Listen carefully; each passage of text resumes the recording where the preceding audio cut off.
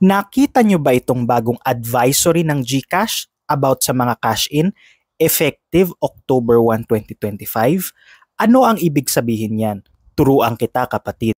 Ito ang cash inflow structure ng GCash bago ang October 1, 2025. Mapapansin na may direktang koneksyon ng bangko kay GCash.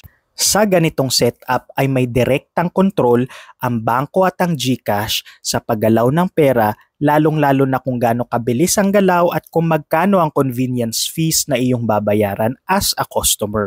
Simula October 2025, ganito na ang structure ng cash inflow ni GCash. Mapapansin nyo na may pumagitna ang pangalan InstaPay. Sino o ano nga ba ang InstaPay? Ang InstaPay ay isa sa mga automated clearing houses o ACH na pinangangasiwaan ng PPMI o Philippine Payments Management Incorporated. Ang PPMI ay itinatag noong taong naglabas ang BSP ng Circular Number 980 upang i-adapt ang National Retail Payment System o NRPS framework.